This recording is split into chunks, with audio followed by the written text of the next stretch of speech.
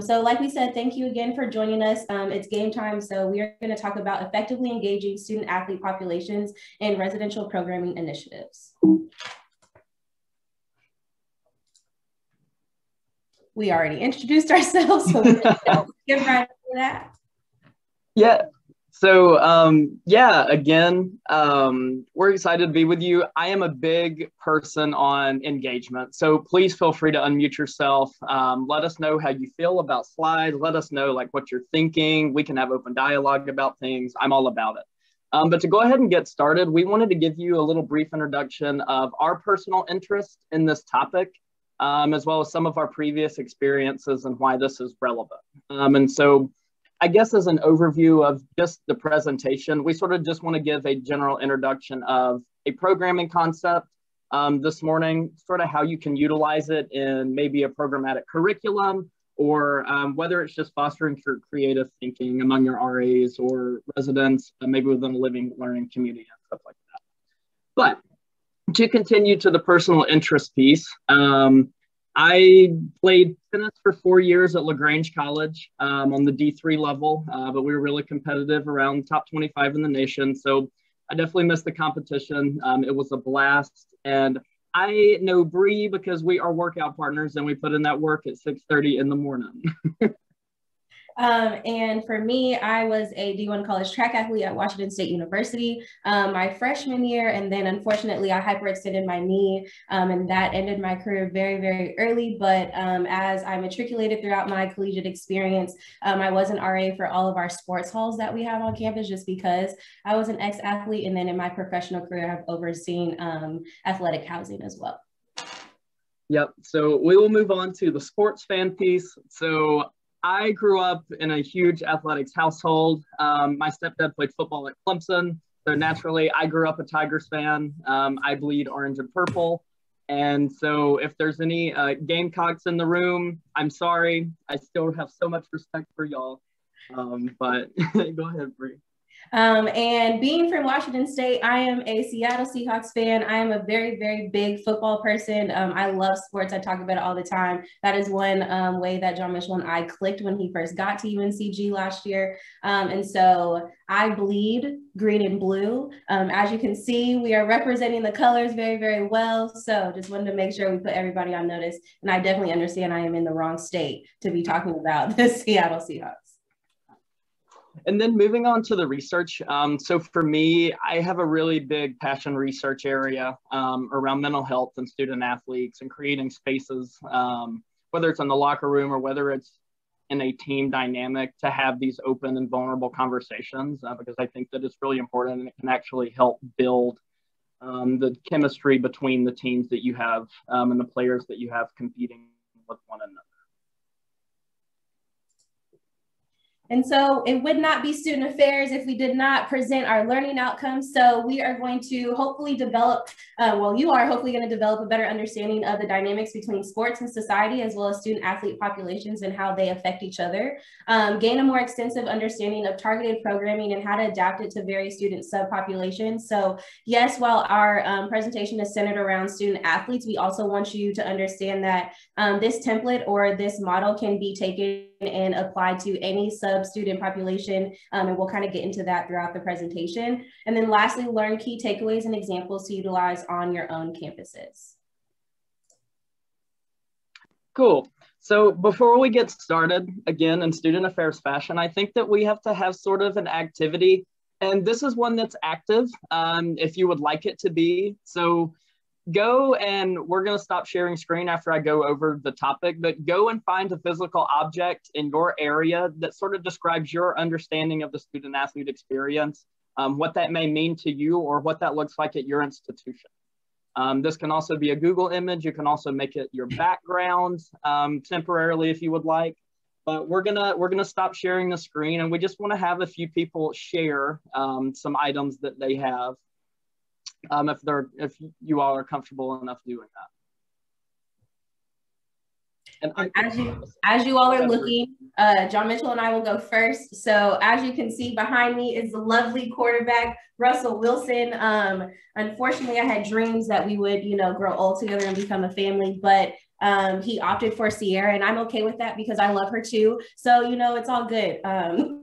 We see them from time to time when I do go home because they're very active in the Seattle area. But I chose this because UNC Greensboro, we do not have a football team. And so usually a lot of you that have football or have been around sports, you understand that like when it comes to athletics, like football is the moneymaker. And football really drives a lot of student interaction, especially in the fall, with homecoming, with welcome back, all of that stuff. And so not having a centralized football program, but a club team and kind of like the school being centered around basketball, it has really shifted the culture as far as students and what they come to school for. And so I've noticed that while working at UNCG, a lot of the students are not here or they don't care too much for sports. They engage, they're active, they do support our athletic programs, but they're really here for professional development, for leadership, and being very, very active on campus. And so that is how it reflects kind of the student athlete experience here. Yep, and so I will add my quick piece. My object is right up here on my wall. As you can see, the two old tennis rackets I have behind me. So here at UNCG, I've had the opportunity to work some with our tennis team, but it's more than that. I work in the historic quad, which houses most of our student athletes. And so for me as a professional, being able to relate to these students and to build those relationships, maybe some looking more like mentorships.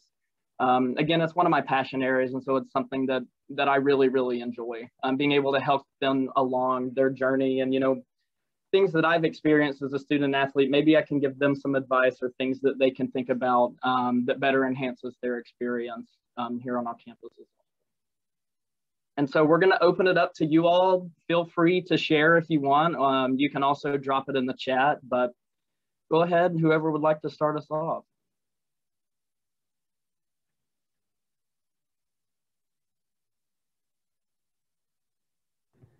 Just for clarification, it's items that specifically relate to how like student athletes on our campus or just like student athletes overall? Yep, either or. It can be your understanding of the student athlete experience or, you know, how athletics are at your institution. Okay, so I have here with me a blender bottle. Well, it keeps disappearing, but a blender bottle. I actually have this because right before here I was at the gym, so I didn't have to go far to reach it.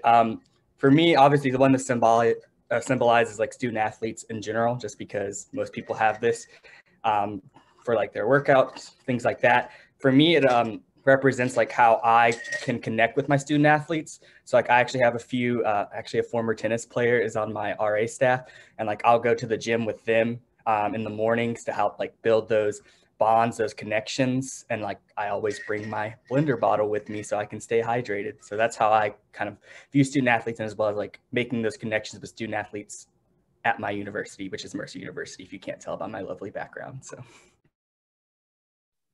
awesome. Thank you for sharing. I love that. And we'll take one more. Anybody wishes to go? I'll go. Yeah.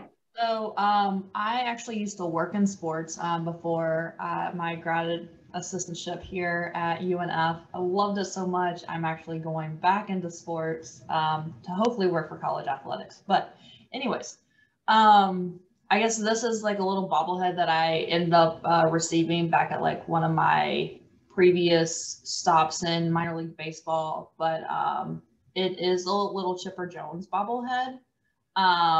Because I'm from Georgia, and but in the end, it's just kind of baseball is really big here here at UNF actually, as well as basketball, just because we don't have football, and so just kind of getting those things and like trying to interact with the student athletes, because we do have a lot of them that live on campus as well. So trying to incorporate all of those little things and explain my background to them as well, and hoping that we'll talk. Words are not my friend this morning. Sorry. No, you're completely fine. I really appreciate that perspective. And go Braves. I'm also from Georgia, so I'm a big Braves fan, and I'm very upset that we lost to the Dodgers in the seventh last year, but it's fine.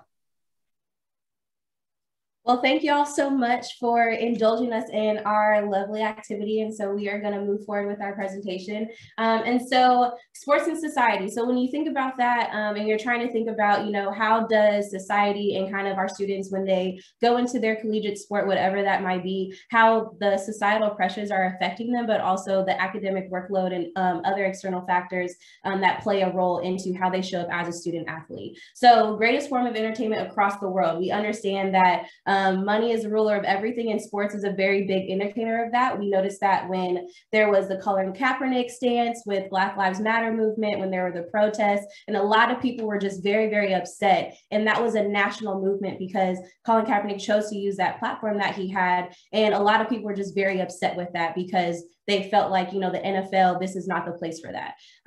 Fans find reaffirmation of societal values through sports, and it can also provide a meaning to their own lives. So there's a reason why our students are pursuing these athletic avenues. There's a reason why they want to make a career out of it and eventually go pro. And so there's a certain passion that yields them and drives them, but also the fans. Like, we are there for a reason. We're paying money. We want to have, you know, year-round tickets. If we want to have those VIP booths when COVID eventually leaves us, whenever that may be, to where we can enjoy being around each other and fellowshipping with other people that have the same love of the game for whatever sport that may be. And then it also unifies people around a common goal or interest. So going back to the Colin Kaepernick Black Lives Matter movement, that unified a lot of people. It forced a lot of athletes, specifically football players at the time, to really think about utilizing their platform. And it unified a lot of people because, you know, we all know that Colin Kaepernick lost his job because of it. And of course, like, society spins it in a different way of he just wasn't doing good. He wasn't putting up numbers and they were going to trade him anyway. But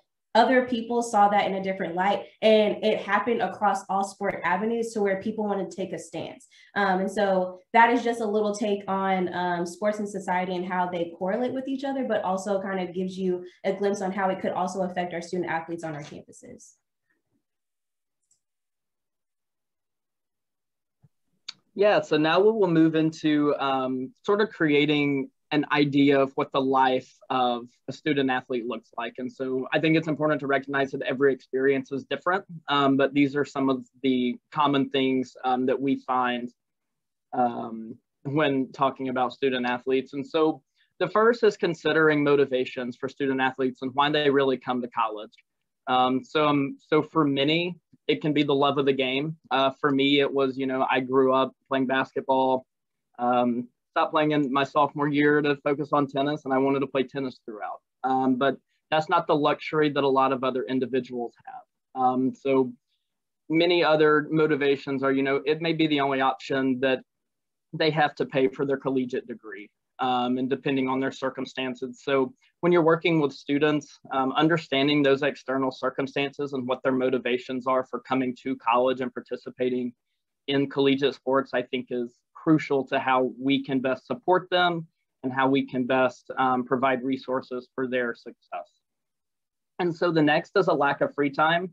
So this is a big one, from morning workouts to evening practices to maintaining a regular academic load to any other student leadership positions that they have on campus.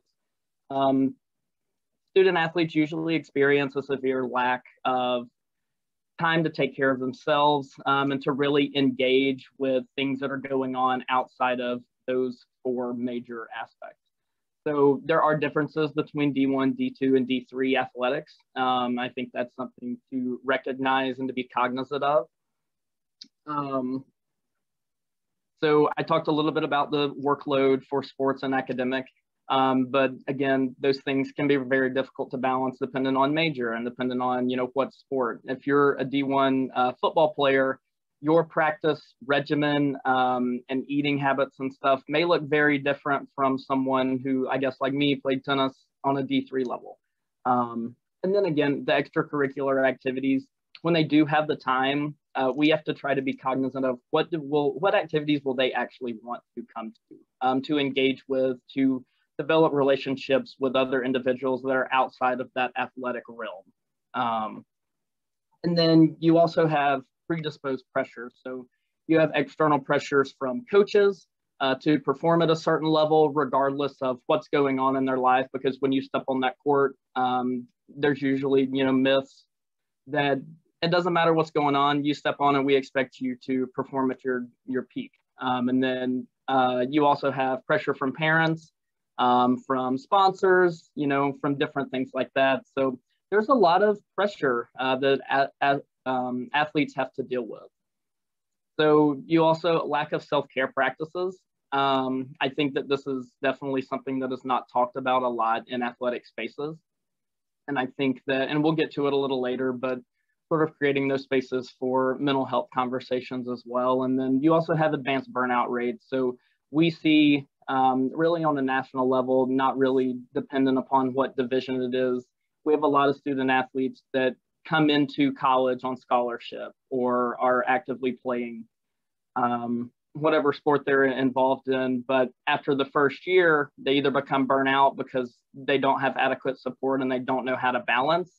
And so it's something that they just lay to the side and that they're done with. And in many cases, that's, you know, that's what is needed. But in others, if they could have been better supported, then they could have continued on in a healthier way.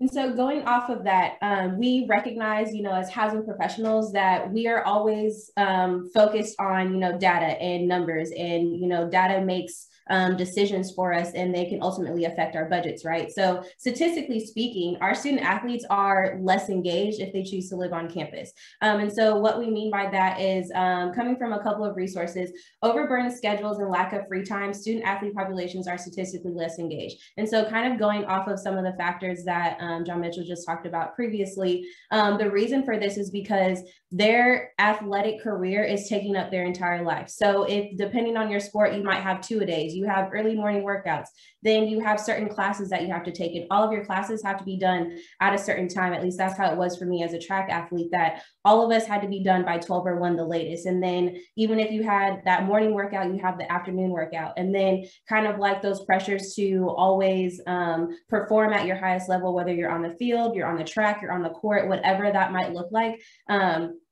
It can show up in the weight room. It can show up if you're not making weight. It can show up if you're not lifting or running at the capacity that your teammates are running or that your coaches expect you to. And so sometimes when you have all of that in your head and you're trying to perform and you're trying to be the best person, you might be a first generation college student. So not only are you dealing with the pressures of society and what your sport looks like, where you should level up and where you should compare to other people that are also in your sport, you also have to think about what about the work life?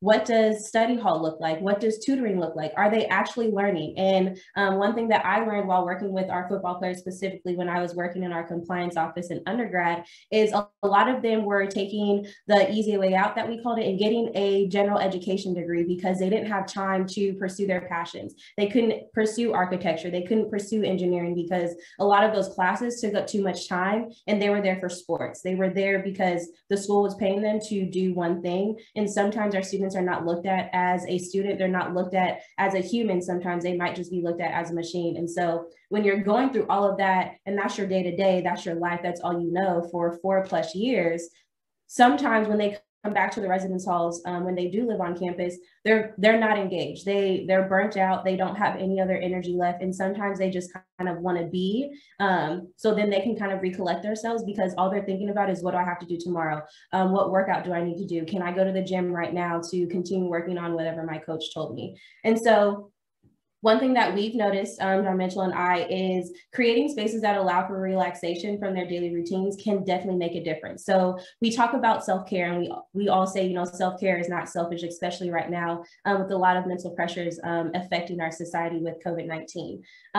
So a lot of that can look like, let's have a self-care day with our athletes. Let's have something focused specifically on them and cater to their needs, because their needs are going to look very, very different. Sometimes they don't want to go to a program because they just got done with practice or with workouts, or they just had a hard conversation with their coach and they're kind of trying to figure out how to deal with that, or they're so bogged down with their sports and their workload that they don't have time to make that connection or to build community within those residence halls. So what type of engagement can we create that is also relaxing, but also makes them feel connected to the community that they're a part of?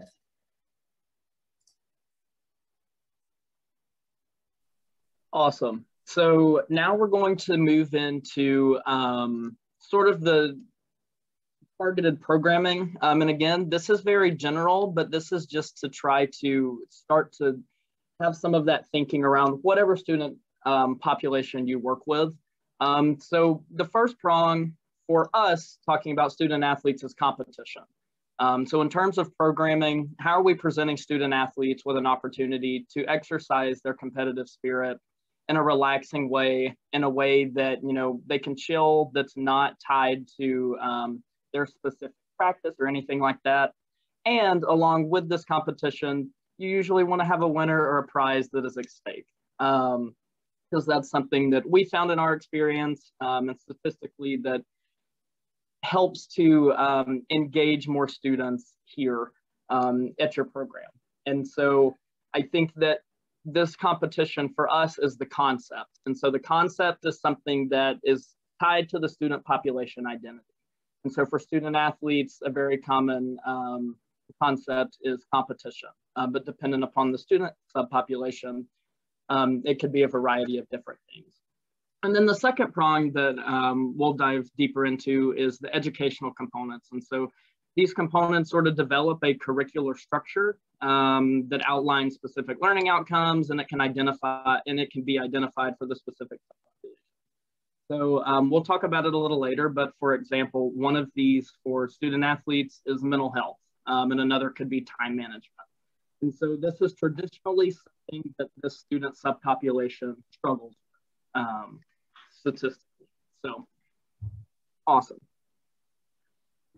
And so you're probably thinking, like, why competition? Why are we looking at it in this way? And a really big factor of that is because that is something that takes up our student athletes' lives, because they are training and they are working very, very hard to complete and or reach that competition level or that collegiate level or even that national level if they choose to take their athletic career past college. And so we've learned that creating some type of competitive realm for them helps not only unify, you know, some of their teammates or whatever sport they're doing, but it unifies them with the community that they're a part of. And so trying to meet them where they're at, what better way than to create a level of competition to where you're not trying to, you know, win a prize or get first place or get ranked in the nation. It's more so of, it's that competition within yourself and feeding the fuel that drives you. And so it's a familiar concept, which means they have that inherent competitive nature. So why don't we play to it? Let's adapt to it. Let's utilize the skills and knowledge that we already have of our students and monopolize on that. And then COVID-19 has showed us that there are less ways to release competitive spirit. So can you create a virtual game tournament? A lot of people are buying Xbox, they're buying the PS5. So what are some types of things that you can do? What are some socially distant games that you might be able to create? And then it also creates something at stake. So it can be a PS5 game or an Xbox game, or it can be like a trip to the bookstore for some type of you know, school spirit item that you might have that the students are surrounded by, or at least they all love. They have that inherent love for, you know, whatever the mascot might be. Or it could be, you know, something like a gift card or, you know, like a care kit kind of thing, because we also understand that a lot of them do not have the time to take advantage of extracurricular activities just because their schedules are so busy. So what are some things that can help them through that? And then it also builds community. So you have active engagement, and then there's also passive engagement because of the pandemic that we're in right now. So what does that look like in shifting the mindset of active engagement? So if I am planning a building-wide program, but I know I'm targeting this certain population, what does active engagement look like? What does target marketing look like? And then it also provides that collective support. So understanding that when our student athletes, they're in our communities and, you know, they might not be as present as we would like them to be, what does that collective support with everybody else who might not be in a sport look like for them? One thing that I did when I was working in Texas before moving to North Carolina is I had a lot of volleyball players and track athletes in my area because that's just typically where they live. And so what we did was we sponsored a volleyball player each semester and each year. And my hall loved doing that. And it made our volleyball players feel accepted. It made them feel like they belonged in the community because they knew that they were not actively engaged with it. But seeing, you know, some of their peers at their games, rooting for them, just seeing a sign for them. And of course, you know, you get into NCAA rules, you can't buy them gifts or anything like that. So just seeing your faces or being present at their games and just supporting them, or just sending an email if they have an away game saying like, hey, I saw you did great, you put up a lot of points, or you had a lot of blocks, or whatever the case may be. Like, we're rooting for you and we're here to support you if you ever need anything. Little things like that go a long way for our student athletes because they're not able to be as present as we would like them to be.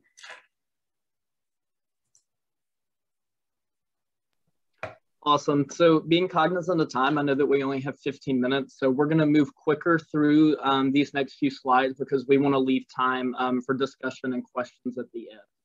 So again, we talked about a little bit about this earlier, but now, you know, we're talking about infusing educational components. And so specifically for student athletes, time management skills is something that can really be worked on. And so, you know, trying to improve their balance, how to balance multiple responsibilities, along with the newly found freedom that they have coming into college. And then self-care engagement. And so what are the things that they are doing to take care of themselves off the court, out of the classroom, and when they're actually able to breathe. And we can go to the next slide.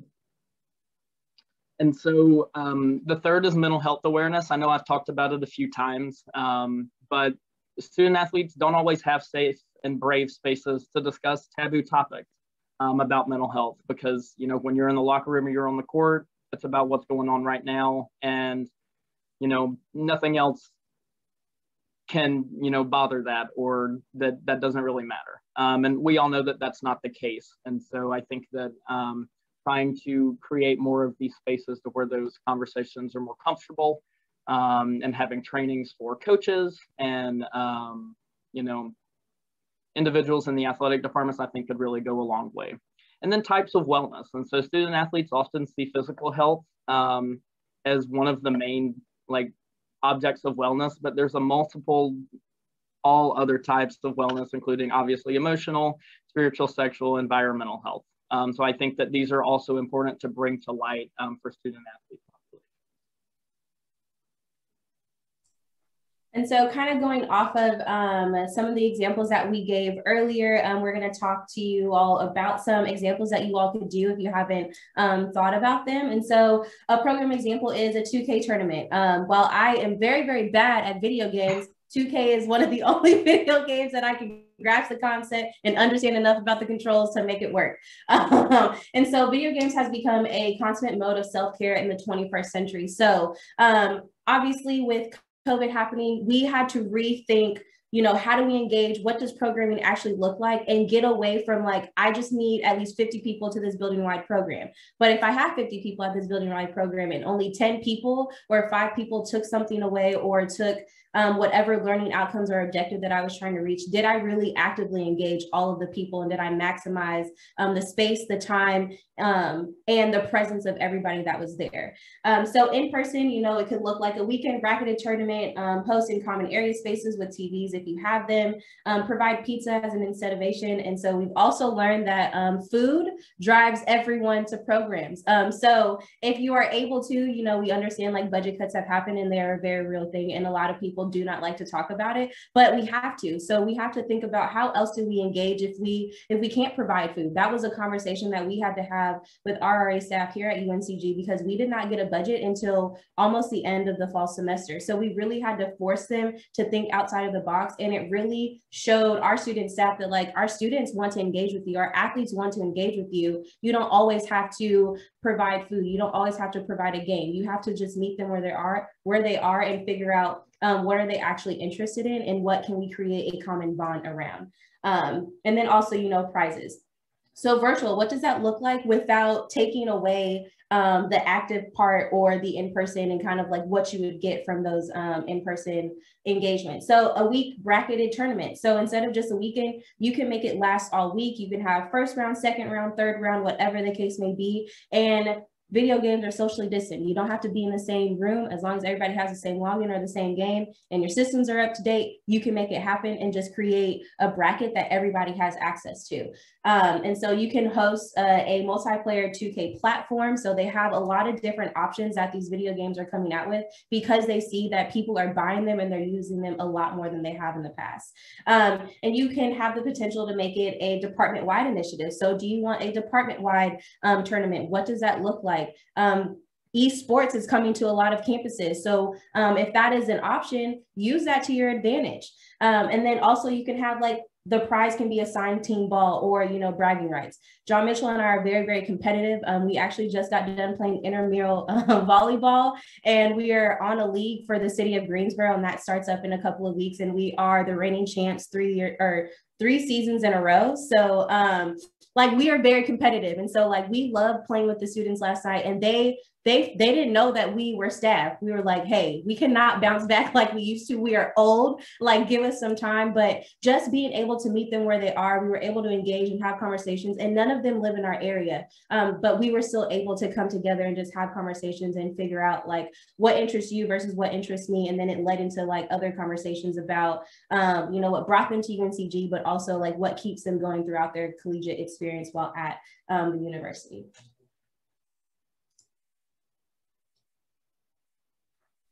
Awesome. So this is the second example, and then we have a third, but we'll briefly discuss that one. So the second example is a ping pong tournament or a playlist tournament in a virtual setting. So ping pong tournament slash whatever kind of sports tables you have. It can be foosball, it can be whatever, a pool table. But again, this is just like an evening program, bracketed tournament. Again, any sports table will do, but you can provide the option for skills brackets. So depending on the level of the residents or depending on how many residents you have show up, that's something that you can think about. Always we're providing food as an incentivization, because again, we have found that that is how you get people to the programs and get them to actively engage. And while they may come for the food, they may take something away that was completely far more helpful and beneficial for them. And then again, a prize, that sort of incentivization. And then, so for the virtual, so this can be a, oh, I'm so sorry. No, you're good. You're good. So this is like a playlist tournament. So you can host it via Zoom and have audio, make sure everyone has audio capabilities. You have categories for songs. So it can be 90s hip hop, or it can be, you know, country, pop, whatever you want. Students bring their best songs to play for each category, and then the audience votes. And so at the end of the night, whoever has the most votes or wins, they win at the end. So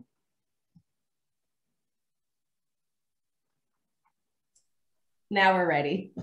I promise y'all, I know what I'm doing. And so our last example, some socially distant Olympic trial options. So we have our first activity is like egg and a spoon. So you have like, you know, I don't know if any of you have like done carnivals while you were growing up, or like been to state fairs, or just, you know, played in your backyard with the neighborhood kids, whatever suits your fancy. You have where you are like trying to get to the finish line, and it's all about time. And so it's very individualized, because it's just you, the egg and the spoon, and getting across that finish line. And so if you wanted to think about a team dynamic, the egg toss. So like, how far can you toss the egg to each other without it cracking? So that's all about distance. And then another activity is called like the hula hoop toss. So if you think about like cornhole and all of that stuff, so using like bean bags and trying to figure out like how far you can get the bean bag, that can also be socially distanced. You know, we can like have gloves, or you can spray stuff down, so it's a little bit easier to make happen, but you're still having that competitive nature, and both of them are focused on points.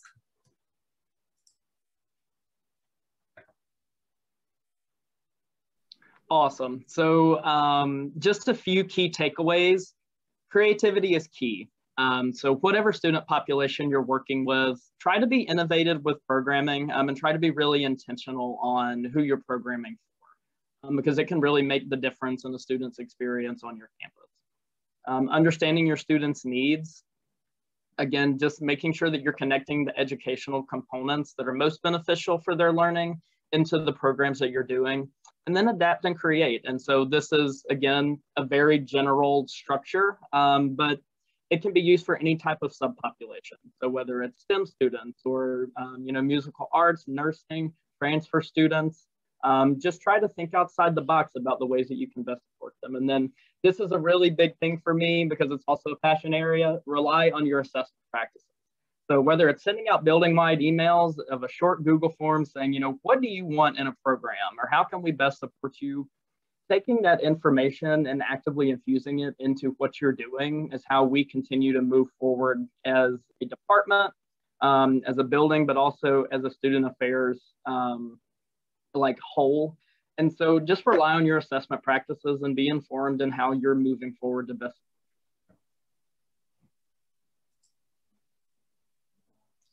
And so go ahead. You got it. So this is where we want to have a conversation and open up to the floor. And so we are at the end of our presentation. And so we wanted to be mindful of time and did not want to miss out on hearing from you all. I know some of you have been active in the chat and we have been responding as we can. So we definitely appreciate that. But how can you adapt this programming style for other subpopulations? And so these are just a few examples that we have. So your nursing students, your STEM major, your theater arts students, or your transfer students. I know in my area, I have a LLC targeted for transfer students. And so it has forced me to think outside of the box in how I engage them and making sure that they are acclimated to UNCG and making sure that the city of Greensboro also is providing things for their needs. So I'm going to stop sharing my screen because I would love to see your lovely faces and open it up to the floor about some ways that some of the things that we've talked about, or any ideas or questions that you might have to adapt to your students on your campuses, whether it's about student athletes or just subpopulations in general. I did enjoy, hello there. I did enjoy that y'all brought up nursing students there because I have about 2 or 3 RAs, or I have 3 RAs that are in the nursing program. And so I definitely think they take a focus of wellness into their programming models, which I definitely think is beneficial for our student athletes here because, as you all mentioned, the work that they have to go through. And so definitely having nursing student resident assistants, I think is definitely beneficial when it comes to working with student athletes in our residence hall here. Yeah, for sure. We have a lot. Our nursing program is huge here. So we have a lot of RAs that are nursing students. And so sometimes we have to take that extra step and have that conversation with them of when a crisis happens. I understand you might be practicing in a hospital or in the emergency room on actual patients, but right now you're acting in the capacity of an RA, and that will be a liability if you do anything else. And sometimes like our student nurses, like they feel helpless because they're like, well, I know what to do. I know I can help, but they can't physically help. And so I actually had one of our nursing students in my area. There's a student who was about to have she was going into anaphylactic shock, and that nursing student has worked with people in the emergency room. And so she was able to not touch her, to stand back and say, hey, this is what's about to happen, because she walked past her and she recognized the signs. She recognized that the student didn't know where she was at, didn't know what was going on. And her eyes rolling to the back of her head, she said, hey, you're about to fall. I'm going to put my backpack down. It's going to catch your head. I need you to do all of these things. And was just talking to her to try and keep her as conscious as possible until EMS arrived. And it's little moments like that, like, hey, we understand, and I didn't have to do anything because she was able to do what we needed without overstepping the bounds of what's expected of her, as the nurse oath that she had to take when she got inducted, but also the liability of her being an RA. And that came from us having a program, and it was targeted just for our nursing students in our area about what to do in a crisis if they feel helpless or they're worried about the liability of the university. And that wouldn't have happened if that incident didn't occur.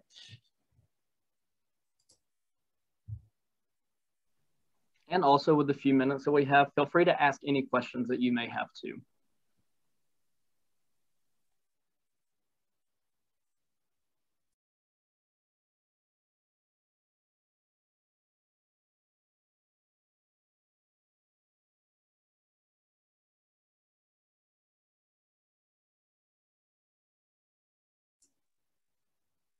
Okay, seeing none. That is all we have for you.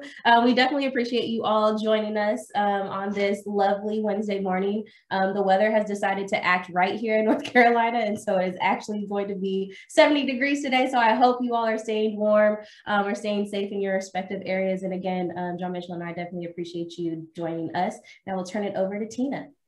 Oh, hold on. I got one more thing before you go, Tina. I just want to say thank you so much as well. I am so excited. Unfortunately, SEAHO is virtual, but I got to go last year and it was an absolutely awesome experience. And there's so many awesome people. So I wish you all the best of luck for the rest of this week. And please make sure to fill out the evaluation form. Be honest and be transparent so that we can take this presentation if we decide to present again. But again, thank you so much for being here. I know I've had a